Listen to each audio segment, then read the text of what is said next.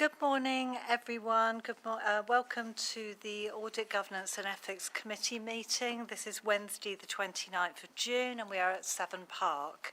I'm opening the meeting because the first item on the agenda is the election of our chair for this committee for the municipal year. Can I have, I believe Councillor Paul Goggin is willing to stand again as chair of this committee. So can I have a proposer, please? Richard Tucker, thank you. And a seconder from John Ash, thank you very much. Any abstentions or votes against? Everyone in favour, could you raise your hands? David, thank you very much. Congratulations, Paul, you're our chair again. I'll hand over to you. Thank you very much, Amanda, and thank you, members, and thank you to everyone for attending today. We have some apologies for absence. Councillors Brown and Payne have indicated they won't be here, and also Councillor Butters. I will now move on to agenda item 3, which is emergency evacuation procedures, and I'll pass over to Angie. Thank you, Chair. We've been advised that there aren't any fire alarms this morning, so if the bell does ring, then if you just proceed to one of the doors on your left, down the stairs, and then congregate at the front, or follow me, I'm sure I will be doing the same. Thank you. Thank you, Angie. So agenda item 4 is the declaration of interests, and we've not received any before the meeting. Do we have any to declare? No? Okay, thank you. Agenda item 5 is public access statements, and we didn't receive any before the meeting, so we'll move straight on to agenda item 6, which is Chair's business. I'd like to confirm that this Audit, Governance and Ethics meeting is taking place as a face-to-face meeting, but due to the continuing prevalence of COVID-19, we are continuing to be sensible and limiting the number of attendees at meetings. For this reason, we are recording this meeting for the public to view, whereas before COVID, committee meetings were not recorded. I'll go round now and ask, firstly, the members to introduce themselves. Let's start with John. John Ash, I represent Bradley South in South Gloucestershire. Richard Tucker, Western-super-Mare, Milton, North Somerset Council. Councillor David Wilcox from Lockleys in Bristol. And I'm Councillor Paul Goggin. I represent Hartcliffe and Withywood in Bristol. If I could now start on my left and ask the officers to introduce themselves. Good morning, everyone. I'm Amanda Brown. I'm the Clerk of Avon Fire Authority. Good morning, I'm Angie Feeney. I'm the Director of Corporate Services here at Avon Fire and Rescue Service. Good morning, I'm Steve Gregory from Bristol City Council doing the minutes. Good morning, Claire Bentley, Head of Finance for Avon Fire. Good morning, Danielle Neal, Treasurer to Avon Fire Authority. Thank you. We do have other people attending the meeting, and when they come and speak, I'll ask them to introduce themselves then. Okay, we'll move on to agenda item 7, which is the minutes from the last meeting held on the 11th of February. Does anybody have any comments on those, or can we take it that that is an accurate representation of what took place? I'll propose then that the minutes are correct. Do I have a seconder on that? Thank you, David. And I will sign those after. Can I just confirm everybody's happy with the minutes? Yes, all in favour? Yes, thank you. Sorry, yes, thank you, Amanda. Okay, moving on to agenda item 8, which is the External Audit Plan 2022-23 for approval. I'd like to explain at this point that sadly our audit lead at Deloitte has tested positive for COVID, so unusually we are going to use technology to allow Michelle Hopton to present the External Audit Plan to this AGEC meeting by video link. We hope this will work so that members get the opportunity to ask questions via the video link, and the recording of this meeting should also allow members of the public to still hear what is being said by our external auditor. So I'll just ask if, Michelle, you can hear us? Yes, I can hear you. Can you hear me okay? okay? We can, loud and clear, thank you. Apologies, I can't be there in person. Yeah, and we wish you well, thank you. Okay, if you'd like to proceed, thank you. So, in terms of the audit plan, I'll take it as read. I'll just highlight some key messages from the paper itself. So, in terms of the audit scope and materiality, so materiality has remained as being calculated at 2% of expenditure, which is consistent with previous years, is also consistent with the wider local government market. In relation to significant risks, we've identified two, and those are on page 13 of our report. The first one is capitalisation of expenditure, which is a change from the significant risk last year, and that's because we have to pinpoint a significant risk, and last year we pinpointed it by the completeness of expenditure, where we identified minimal errors. So we've looked at doing a risk assessment and just pinpointed that into a different area. There's nothing in that which is suggesting to us that there is anything of concern there. We're just refreshing our audit approach. So we're looking at capitalisation of expenditure in a bit more detail this year. The other one is management override of controls, and that is a standard significant risk that we have to have on every audit, and that's a risk that management could override controls, and we do specific testing around that. Again, that's not specific to the authority, and it isn't something we've identified as a specific concern to you, but it's something we have to address on every audit. There probably wasn't going to be anything else I wanted to highlight from our report, but happy to take any questions. Thank you, Michelle. I'll ask if members have questions. David? Thank you, Chair. Michelle, can you hear me? Yep. Yes, Thank you. I'm interested in a couple of items on the statement. One of us is about the fraud scope, and I'm interested in how big an issue that might be for Avon Fire and Rescue. Sorry, you broke up slightly. I'm interested in the fraud scope. It's one of the options on your slides. Are you able to say which page of the report? Certainly. Bear with. That's what I thought I'd written in. Yeah, on page 23. So, Michelle, for your purposes, 23 of the bundle is page 11 of your report. So it's about materiality. I was looking at the appendices, actually. Oh, sorry. Yeah. 23 in our report. That is effectively, as part of the audit, what we're highlighting here is the management and those charged with governance and the auditor's responsibility for detecting and preventing fraud. So this is a standard slide which goes in all audit committee papers. It's really for information of how we as auditors address fraud, but is it specific necessary to the authority? Well, that's good to hear, thank you. My other question is about the management override of controls, which is page 27 of the big bundle and 15 of your report, I think. I'm interested in whether contract breaches will also form part of this.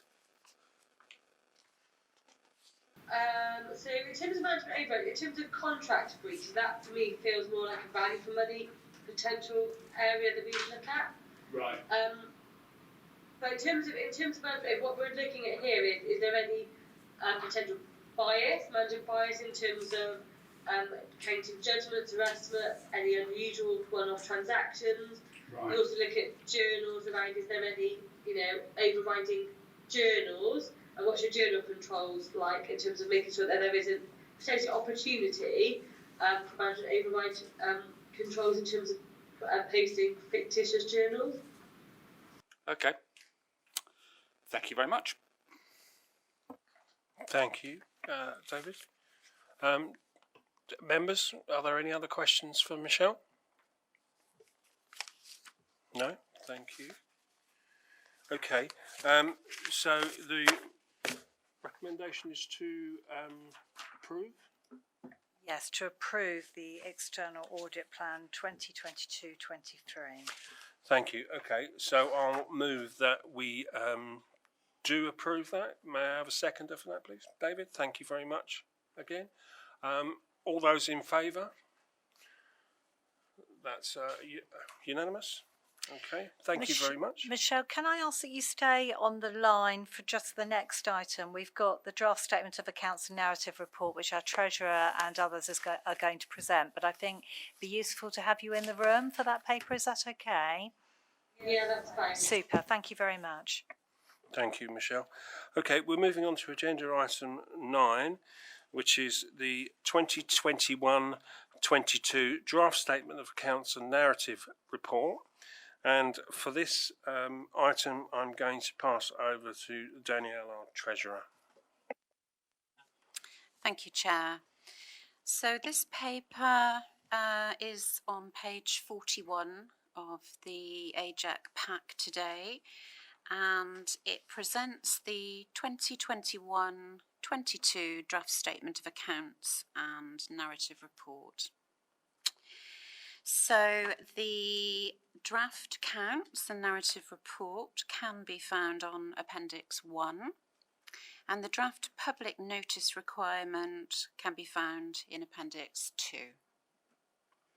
Under the Accounts and Audit Regulations 2015, the Fire Authority is required to produce an annual statement of accounts and narrative report each year, and the national deadline this year is at the end of November 2022, compared to last year, which was an earlier deadline of the end of September, as members will recall. As noted in section 5.3 of the report, at the time of producing the draft accounts, the Fire Authority had not received the detailed information on our external property valuation.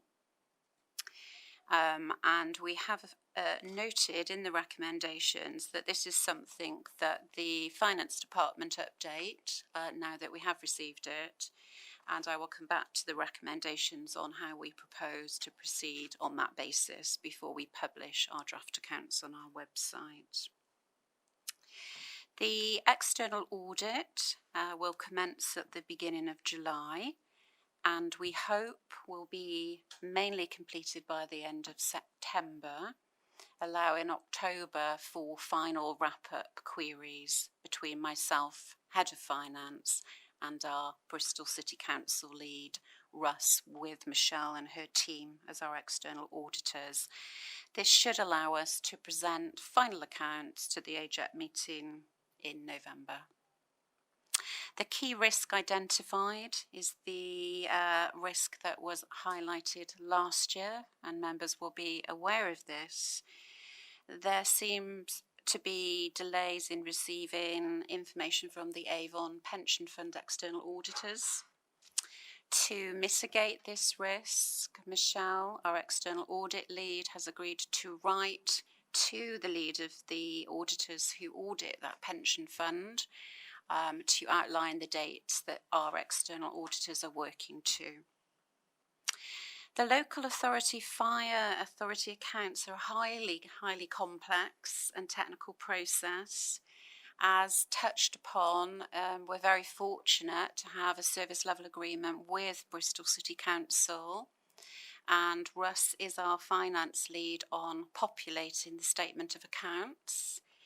So I would like to invite Russ to join us now to give members an overview of the statutory accounts, and Russ will also refer to the public notice that we need to give. And then after that, Claire will give an overview of the narrative report and an update on the property valuation and any other key issues that Claire would like to run through with members today.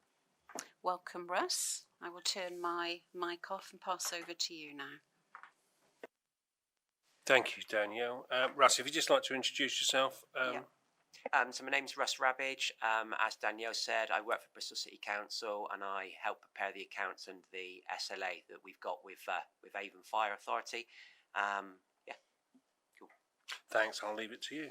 Okay, so I'm sure everybody's read the accounts cover to cover and you've got absolutely no questions, but they are incredibly technical and very time consuming to create. So on one hand, we have to apply international accounting standards, but then on the other hand, we're governed by SIPFA, which is a chartered institution for public financing and accounting, and they, under the code, then have statutory override. So, for example, international accounting standards suggest that we have to apply depreciation. So that's writing down the value of our assets into our I&E every single year. We do that. But then with SIPFA, we then have to reverse that journal back out through our unusable reserves, and we put in something that's called a minimum revenue provision. So, that concept alone would blow anybody's mind. So what I'm basically saying is I think the accounts don't read very well. There's lots of these non-cash override journals that have gone through, which kind of skew the position. So I suppose really if you're looking at how the Fire Authority has done, I would say the best table to look at is actually the in the narrative statement, and it's on page number, let me just find it, sorry. It's just gone and done something very strange. Sorry. Page 61 of the pack. Very possibly.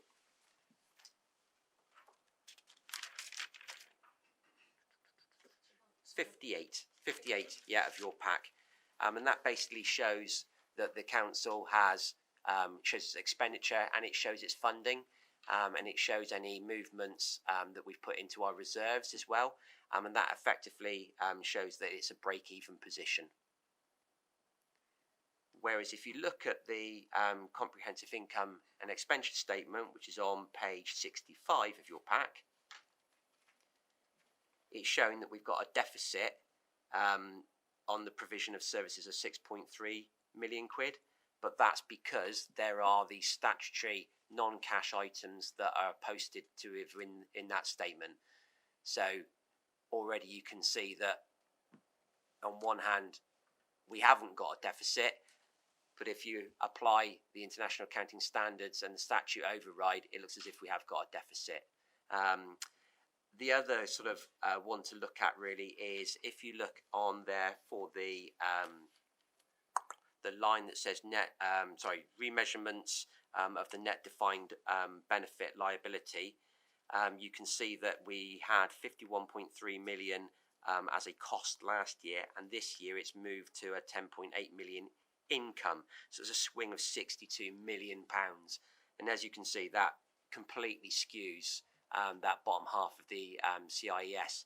And just to sort of mention what those remeasurements are, they are the projections of the actuaries that look at our pension liability and the impact they think will happen for various factors such as demographic and financial sort of profiling over the years. And I think, because we had sort of the COVID, they were very pessimistic, and now they've come back the other way. So yeah, it kind of just swings around, unfortunately. But yeah, is there any questions on the statement of accounts that anybody wants to raise? Thank you, Russ, for trying your best to put it into English for us. It's just a weird one. Richard. I don't want to hold the meeting up too much, but I just wonder if you could quickly sort of summarise just for our kind of understanding in terms of how the override works. Is that something you can summarise quickly, or I know you sort of touched on it in your intro. But, so if you're that interested, you can go and read the 400-page code. I wouldn't bother if I was you.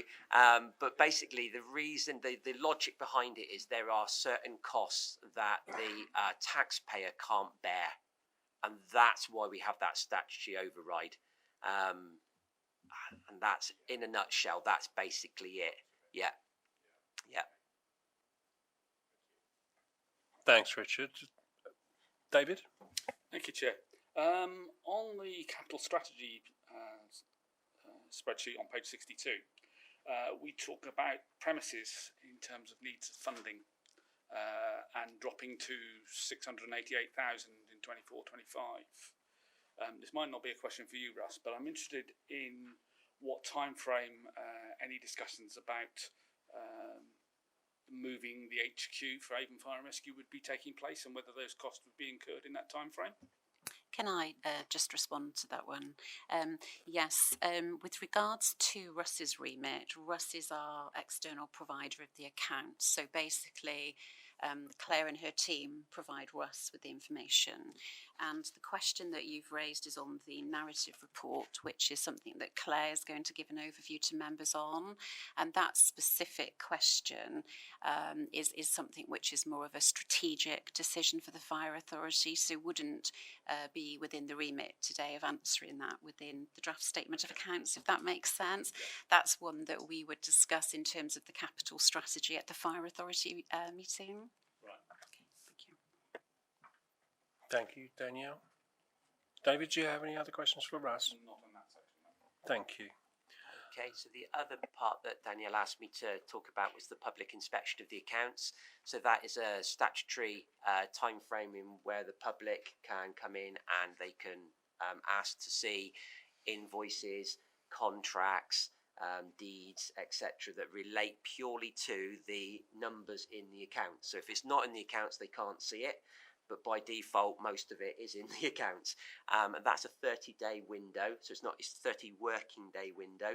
And they can literally utilise myself and the Avon Fire finance team's time solely for that time. It's not like a freedom of information where you have a number of certain officer hours. It can literally be for the entire 30 days. And that obviously has a huge impact on our ability to do everything else, including sorting out Michelle with her external audit queries. So, yeah, just to kind of highlight that is a big impact, or can be a big impact upon us. Any questions on that? Thank you, Russ. Russ, I didn't catch when that window might start. That will start from when we put our signed, refreshed set of accounts up on the internet. So whatever date that might be, it has to be done by the end of July, but we're going to do it before the end of July, hopefully before Michelle starts her external audit. So yeah, it will go up at the same time. Thank you. Thank you. I think that's it, Russ. Thank Perfect. you. Lovely. Thank you. Thank you very much for that. And Danielle, shall we move to Claire? Yes. Okay, Claire, if you'd like to introduce yourself and carry on. Thank you. Thank you. So, Claire Bentley, I'm the Head of Finance, Avon Fire and Rescue, and just going to take you through some of the changes that we've made to the narrative report for this year. So for the last couple of years, we have had a narrative report which was slightly longer and more detailed than it needs to be. So this narrative report is a summary of what's happened to accompany the accounts so that the user can kind of make sense of some of the more complicated issues which Russ has been talking about this morning. So what we've done in order to make it more fit for purpose is to firstly look at a number of other narrative reports from other fire services. We've also obviously taken the SIPFA guidance in terms of narrative reports into account, and what we've now done is managed to kind of condense that into a more readable and hopefully more accessible format, which still includes the key areas around performance, expenditure. It's got the capital information and the medium-term financial plan summaries in there, and also links to some of the key documents around governance, which again, rather than having information within that, which is also duplicated in those governance documents, it highlights where they are in terms of our website. So once they're updated and everything is published, you'll be able to move from one to the other. So I wasn't planning to go into much more detail on that one, just the rationale behind the changes, but obviously happy to answer any questions that anyone may have. Thank you very much, Claire. Do I have questions for members for Claire? No? Thank you. Danielle? Thank you. So if I could bring members back to the recommendations of this report on page 41. Recommendation A, to review and approve the draft statement of accounts and narrative report. Recommendation B, to note the delay in the receipt of the detailed valuation on our property, and to update this within our draft set of accounts that we will put on our website, and to delegate final approval of those updated draft statement of accounts to the Fire Authority Chair, the AJAC Chair, and myself as Treasurer. Thank you. Thank you, Danielle.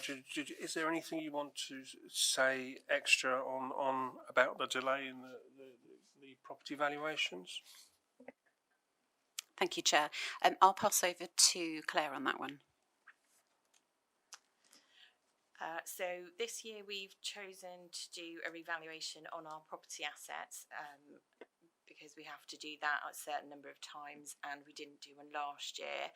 We received an overall figure from the valuers before the draft accounts were ready, but unfortunately we haven't received the detailed version of that until last week. Now, there is a difference between the values. So the value currently held in the accounts was just over 50 million. The estimate was 54.7, and now the final figure has come in at 53.2, so somewhere in the middle. So what we'll be doing is, obviously the finance team have now put those values into our asset register, so we just need to run the reports for Russ so that he can then use those to update the accounts. So that will change some of the underlying reserves, so there'll be adjustments through the revaluation reserve and some of the other items on there. So that's why we'll need to resubmit, obviously, the accounts for review. Thank you very much, Claire. I think actually, thank you. It's important to note that I've discussed this issue with Michelle, our external audit lead, and we've agreed that Finance and Russ will update this information now it's been received over the next week. And that should allow us then in early July to update the draft statement of accounts and narrative report to enable us then to publicise that on our website. Thank you, Danielle. Before we move on to the recommendations, are there any questions for Danielle at this point? Fabulous. I think we can deal with all three recommendations, unless any members have any objections. So we vote on them all en bloc. Okay, thank you. Fabulous. Okay, so the recommendations are to review and approve the draft statement of accounts and narrative report, to note the delay in the receipt of the external property valuation report and the reasons that we've heard, and then to delegate final approval of the draft statement of accounts once updated for this final property valuation to the Fire Authority Chair, the AJAC Chair and the Treasurer. So I propose that we do that. May I have a seconder? John? Thank you very much. All those in favour? No, I think that's unanimous. Thank you. Can I just quickly pause the meeting while I thank Michelle? Thank you very much, Michelle, for staying with us during that item. I'm about to close down the link, so you're now free to enjoy the rest of your day. Yes, thank you very much, Michelle. And Chair, can I just say, as we've got a pause, as always, big thanks to Claire and the team and Russ for producing the draft statement of accounts. Thank you very much, Danielle, and I'd like to echo that, and I'm sure the other members do as well. Thank you very much.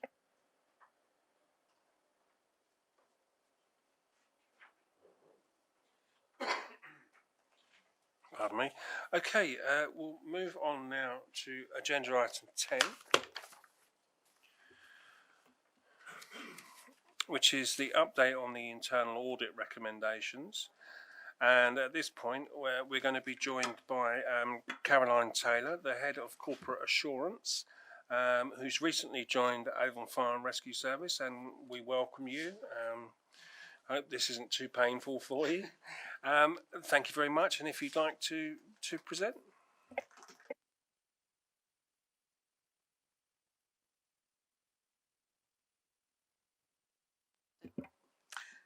Thank you, Chair. This report's for noting. If I can ask members to turn to page 151, Appendix 1. The summary table gives you information on the progress against the 2020 and 21 internal audit plan and we had 36 actions that were identified as a result of the 2021 internal audit plan. 23 are now complete, 2 actions have been superseded, and 3 have requested an extension, which were approved by SLT at the May meeting. 8 are also on track, but not yet due for completion. The 4 actions completed since the last committee report include an action on strengthening the equality impact framework, an action on having a testing programme in place for business continuity plans, an action on reviewing the current promotion process to ensure it is fair and transparent for all employees, and a health and safety action to ensure that the service has a register of asbestos survey results. We also have an update on the 2021-22 internal audit plan, but please note this update does not include the latest actions to come out of the 3 recent audits of training, transformation and follow-up, which Vicky from RSM will shortly be providing members an update on, as these audits were finalised too late for inclusion into this report. So in total, there are 11 actions, of which 4 have been completed, 5 actions are on track and 2 have requested an extension that was approved by SLT at the May meeting. The 2 actions completed from this audit since the last committee report include a fleet action on improving reconciliation of completed repairs and a finance action on having an implementation plan for devolved budgets. On page 152, Appendix 2, this section of the report gives you a summary of the progress against those actions for the 2021, which are still open, have recently been completed, and where you can see the 3 actions where extensions to completion dates were approved by SLT and the new extension dates. Likewise, on page 161, Appendix 3, this gives you a summary of progress against those actions for 21-22. That's my update on this report complete. So unless members have any questions, as stated earlier, this report is just for noting and to provide members with information on how we're progressing with implementing our internal audit plan. Thank you very much, Carolyn. Do members have questions on this? No? Okay, well that report is just for noting. So thank you very much for your information. Okay, we'll move on to agenda item 11, which is the internal audit reports. Vicky from RSM is making her way from the end of a very long room to come to present on this one.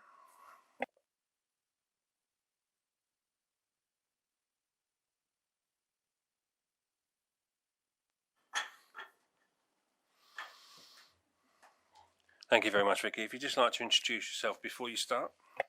Morning, everyone. It's Vicky Gould, Internal Audit Senior Manager with RSM. Okay, so we have a number of reports to present to you today. The first one is, which you will have seen a previous version of at the last AGEC meeting, was our training report.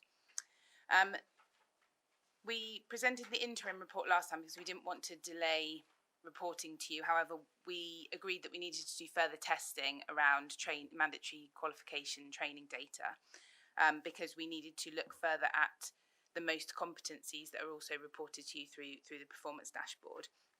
So I wasn't going to go through in detail the previous report, but just give you an update on our findings since the last AGEC. So there's an April 2022 key findings update, which explains how we looked at that previous out-of-date qualification data, and we did some further data analysis, and that was brought down to only 15 firefighters with out-of-date qualifications. However, we also did further testing to look at the most competencies, which are reviewed more regularly than the required qualifications, and confirmed that those with the out-of-date qualifications had up-to-date most competencies. We also did some data analysis around the statistics that are reported to you through the dashboard on the most competencies, and everything was fine with that. All of the information that flows through to you is accurate, but we did note that there was still a small number of firefighters with out-of-date qualifications on the run, which is not ideal, but just to reflect that number is very small, and that was back in April 2020, and I know that management have been working to look into that data and continue to review it, and the actions that were addressed and raised in the report have been addressed around escalation and reporting and making sure that that's being monitored. So I'll take any questions on the updated training report. Thank you very much for that, Vicky. Yeah, you mentioned the figure of 15, and last time it was actually 200, wasn't it? So it's come down by a vast amount. And as you say, you know, the is it the most competencies? Yeah. So the 200 figure was hadn't been kind of analysed to take out those not in operational capacity, long-term sick, etc. So we had to do further data analysis to bring that right back down, and so that came back down. So I think the performance team run kind of analysis where they take out anybody that's not kind of in an operational capacity within 30 days, and then that's not counted into the data. So that was brought down to 15. Brilliant, thank you. Do members have questions for Vicky on that side of things? No? Okay, thank you very much. Okay, right, so our next report is on the transformation programme. So this was looking at the project and programme management framework that is set up to support the delivery of the transformation programme. Obviously, due to the delay in the programme and the timing of the audit, we haven't given a full opinion on the effectiveness because the digital transformation programme was only in the infancy when we did the audit. But this is giving you an opinion on the design of the framework to support you to for the programme to be delivered. So it's a really positive report. We could see some really good practice within the PMO. There's a few actions just around more detailed reporting on each of the projects as it goes along. So looking at on the work packages just to make sure that there's enough information for the programme board to be able to challenge that projects and work plans are on track. Because the potential with project management, the potential is that something slips and then the impact of that. So having those more detailed reports enables that scrutiny and transparency around project delivery. There was an action around risk scoring, but that is being addressed with the implementation of the new risk management framework across the organisation, and that will be aligned from corporate risk through to project risk. And then there was a low action around terms of reference of a people services forum to feed into the project. So I'll take any questions on this report. Thank you very much. Members have any questions? Richard? It's basically on the risk scoring, really. Was there, I'm trying to think back to previous meetings, I think it has been touched on, but was there a sort of drastic change in the way the scores were applied, or is that a minor change, would you say? No, it wasn't major. I think when we looked back at the project risk register, we could see that they had been scored, that it was reasonable, the mitigations, everything looked sensible, but it was that it didn't align to, it was more that it didn't align to the same risk scoring as what happens in the corporate risk and across the organisation. So it's just more about bringing everything together so that you're comparing apples and apples. Thank you. Okay. Okay, then our annual follow-up report. So this follows on from Caroline's previous report on the tracker. We made sure that our findings aligned to what was on the tracker as well, so that there was no discrepancies there, although it's just worth noting we have agreed with management to reiterate 2 of the risk management actions to help make sure that they are followed through in the rollout of the new risk management software, so that they're not forgotten anywhere. So we're just keeping them on the tracker for those purposes. There were a few actions still in progress around the DICE audit, business continuity, and a previous follow-up, but that's all been accurately reported to you through the tracker at a previous meeting. So I think that you've been able to challenge that in the past. So no surprises really here to tell you about, and reasonable progress.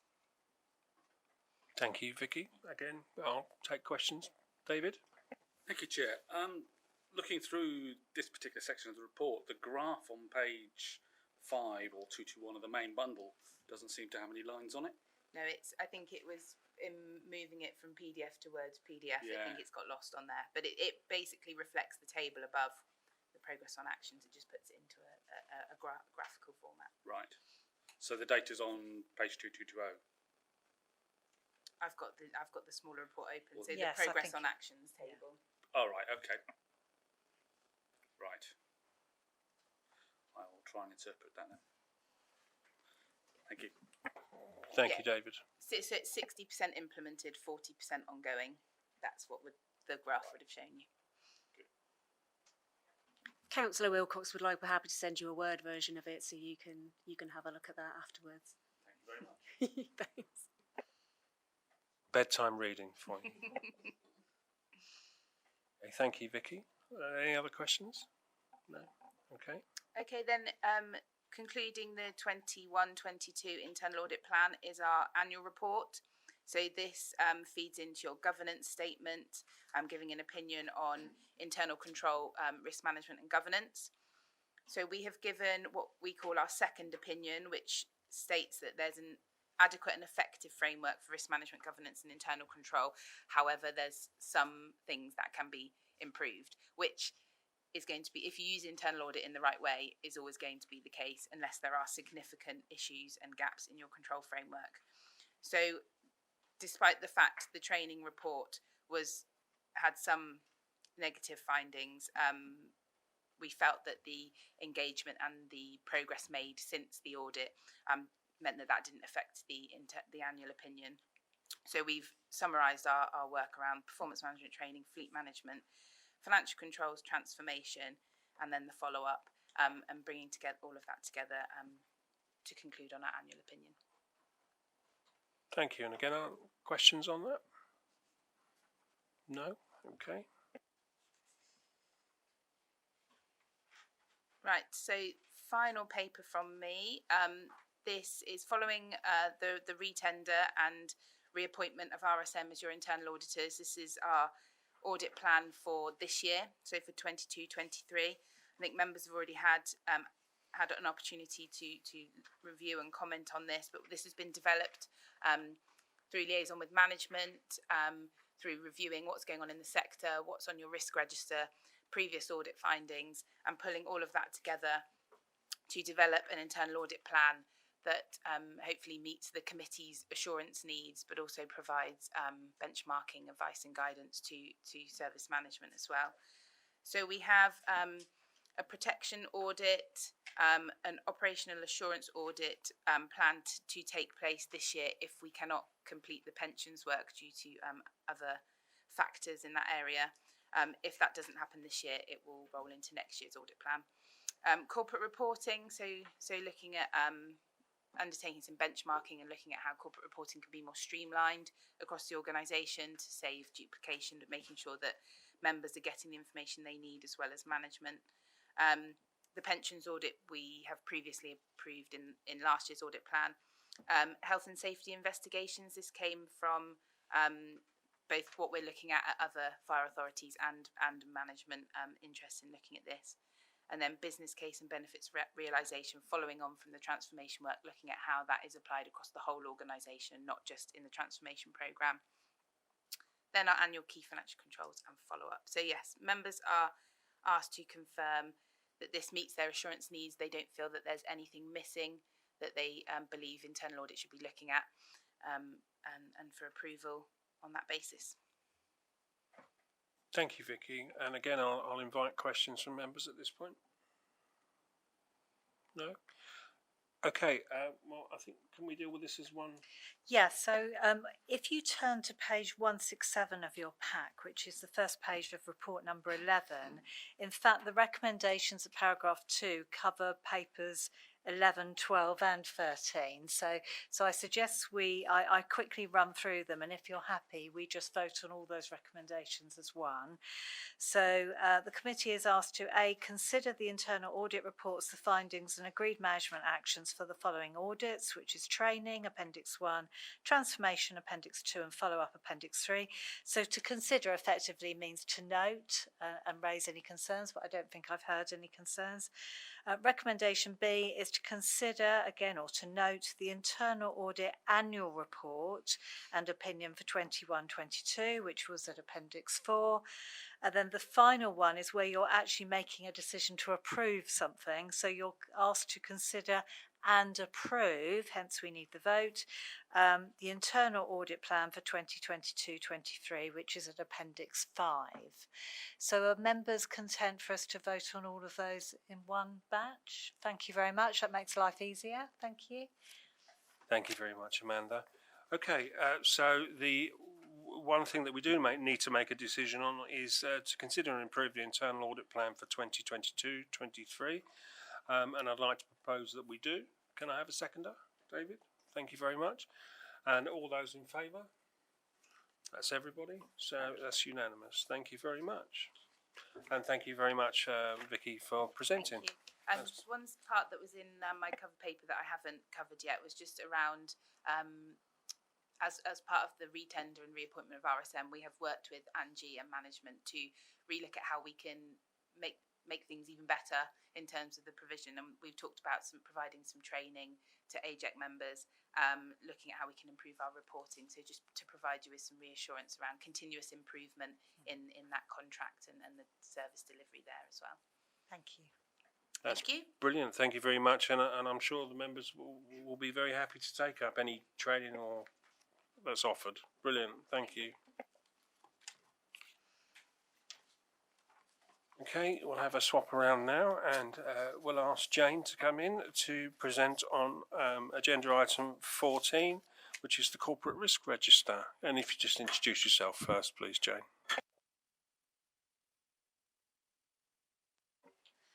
Good morning, everyone. My name is Jane Williams-Locke, and I'm the Deputy Director of Corporate Services within Avon Fire and Rescue Service.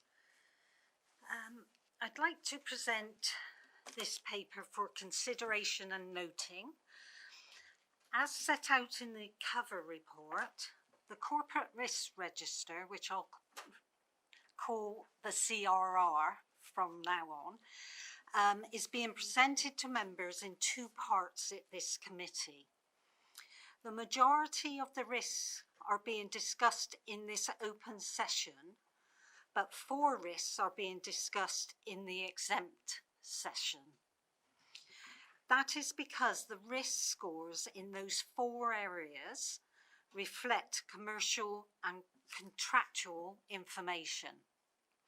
It is anticipated that the next time the CRR is presented to this committee, it can return to being fully in open session. Turning back to the non-exempt paper, the CRR is subject to a monthly review by the service leadership team and presented to this committee twice per year. During the SLT monthly review, each corporate risk is evaluated by the risk owner, who will take account of the current risk environment, control measures in place, and planned mitigations to manage the risk, after which a determination of the likelihood and impact of the risk will be made. SLT also examines up to 2 corporate risks per month in what we call a deep dive to ensure detailed scrutiny and challenge takes place. As an additional assurance measure, the SLB conducts a review of the highest level corporate risks at their regular board meetings. Also, the Treasurer undertakes a review of the corporate financial risks to provide additional assurance to this committee. If I can direct members to the following areas of note or risk movement, if you could turn to page 272 of your committee papers and look at 5.1 of the cover report. This provides details of a proposal to include a new area of risk on the risk register called environmental compliance and net zero carbon. Our progress towards the commitment to be net zero by 2030 is already regularly monitored by the SLB, the Performance Review and Scrutiny Committee, and the public through the scorecard. And environmental compliance is subsumed into the premises risk. However, it has been considered that given the growing importance and commitments in this area, it would be beneficial for this area to now have its own risk category called environmental compliance. The SLT are currently in the process of defining this risk, and a proposal will be made to include environmental compliance as an additional risk in the CRR at the forthcoming SLT meeting. If I can now ask you to turn to page 275 of your committee papers. Appendix 1, Summary of Current Risks, provides details of the current non-exempt risk scores as of the 26th of May 2022 and changes to the risk rating over the previous 3 months. You will note that CR01 performance targets has reduced its score from 15 to 13. This is due to the performance targets for 22-23 having been reviewed and refreshed, taking account of the service plan objectives. And at this point in the year, the achievement of these targets are considered highly likely. Again, you can look at CR15, business continuity has also reduced its risk from 15 to 13. This is due to the downscaling of COVID response and the reduced likelihood of a direct impact on the delivery of services to the community. If I can ask you to turn to 276 of your committee papers. Appendix 2, this is the full risk register as of the 26th of May. This table provides further detail of the risks, controls in place to manage the risk, actions planned to mitigate the risk, and a summary of the latest position from each risk owner. I'd like to take this opportunity to remind members that linked to the internal audit of risk management, there is ongoing work on the corporate risk register, risk definitions and strategy with the implementation of a new software, and training will be provided. Chair, this is the end of my update, unless members have any questions. Thank you very much, Jane. Can I just ask at this point, sorry, because I know I'm just for the members of the public, the SLT and the SLB, sorry. Can I just get a definition of what and who they are? Okay, the Service Leadership Board is the directors, the Chief Fire Officer, the directors of each department, and they're also assisted and advised by the statutory officers, myself and Danielle, whereas the Service Leadership Team is the lower level of management that sits under them and all the managers that run the various departments in the headquarters. I think that's right. Hopefully I've said that right. Yep, very well done, Amanda. I was going to thank you.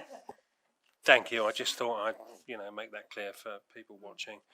Okay, thank you very much. I'd ask now for questions from members. For Jane? David? Thank you very much. And Jane, these are the change in presentation of the risks is really useful. Thank you for doing that. But can I suggest one small tweak to it, where we have the initial risk score? Can we have a date at when that risk was actually introduced, so that we can see whether that's an old risk that's slowly reducing or a new risk that's not necessarily moving very much? I think that'd be really useful. Thank you.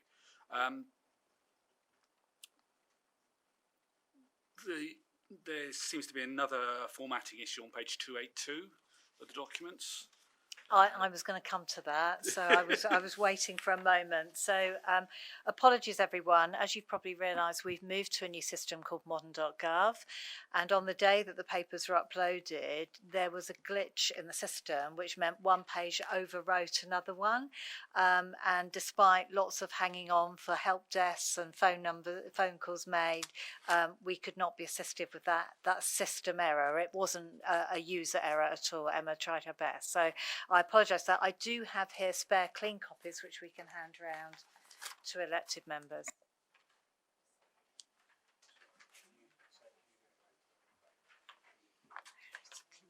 Thank you. I believe we also sent an email to members about this. Right, thank you.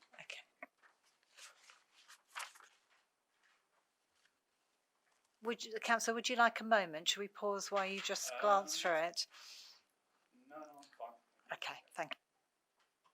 Thank you, David, and thanks for the suggestion on the dates. Did you have anything else you'd like to raise?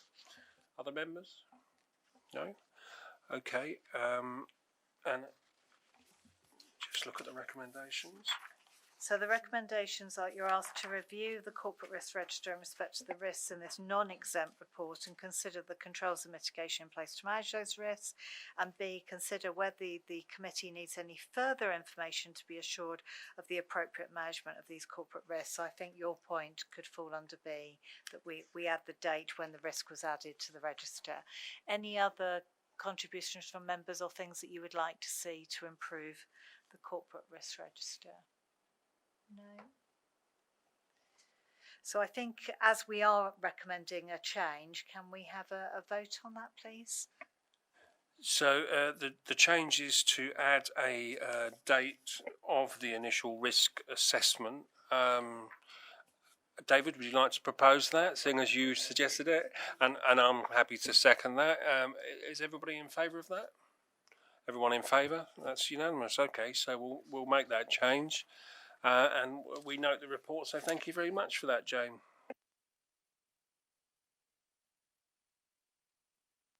Okay, we'll move on to agenda item 15, which is just the date of the next meeting. And you'll all be pleased to hear that you have the summer off now. And we will be coming back on the 22nd of September 2022 at 10:30 hours. And at present, it's scheduled to be at headquarters.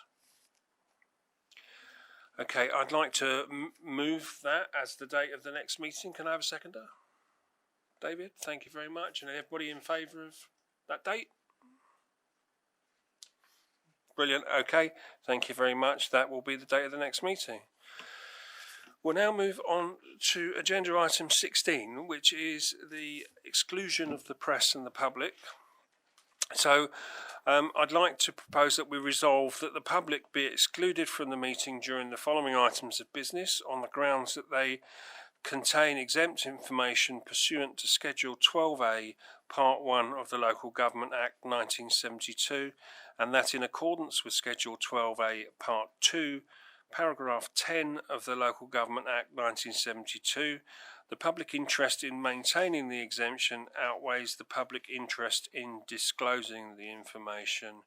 So I'd like to move that. Can I have a seconder, please? Richard, thank you very much. Are we all in favour of moving to an exempt session? Thank you very much. Okay, I'd like to ask Mark now to stop recording.